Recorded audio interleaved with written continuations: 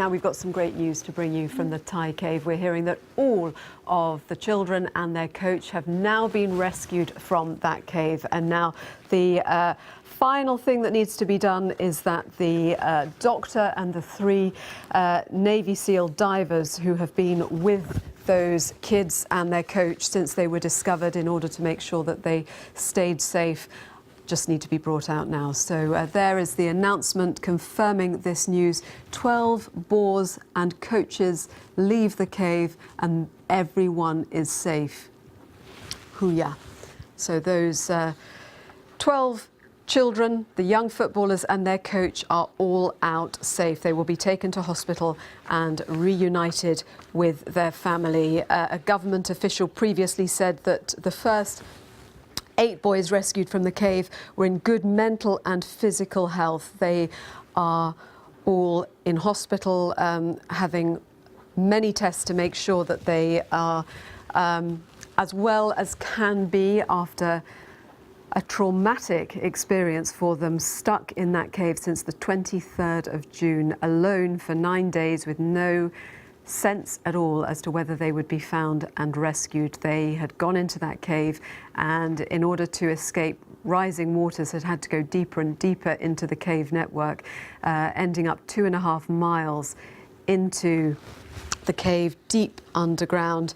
And it was only after 9 days without food that they were found safe, but it was then, of course, a very difficult effort to bring them out alive. These pictures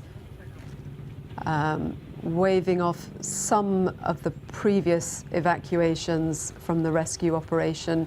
Obviously, huge excitement every time one person was brought out of the cave network, that painstaking rescue effort. It meant that the boys had to be able to scuba dive in a state where they were physically weakened, having been inside that cave. They were helped out by a team of 90 expert divers, 40 of them from Thailand and 50 from abroad, who guided the boys through the darkness and some of the flooded passageways towards the exit to the Tam Luang cave system. It was grueling, not just obviously for the divers, the professional divers, but for those boys who had to wear full face masks in order to be able to get out with a mixture of walking, wading, climbing and diving along guide ropes that were in place. Each boy, as he made his way out, was accompanied by 2 divers who would carry the boys' air supply, but some of the areas of that cave were so narrow that the divers themselves had to take off their air tanks to get through. Finally, the final stretch of getting out of the cave was a walk, but it has been a very dangerous mission to bring them out safely, and that was really underlined when one former Thai Navy diver died in the caves on Friday. Saman Gunan had been returning from a mission to give the group air tanks when he ran out of oxygen himself. He lost consciousness and sadly could not be revived.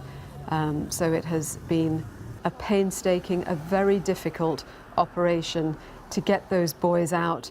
In order to facilitate the operation as quickly as possible, there was a massive pumping operation to lower the water levels inside the cave system to try to make the journey out easier. They were working against time because there is predicted heavy rainfall from tomorrow. Initially it was thought that potentially the boys could have stayed inside the cave with food and oxygen being taken to them, but then it became clear that actually the weather might make that impossible with heavy rain forecast, and already those caves treacherous.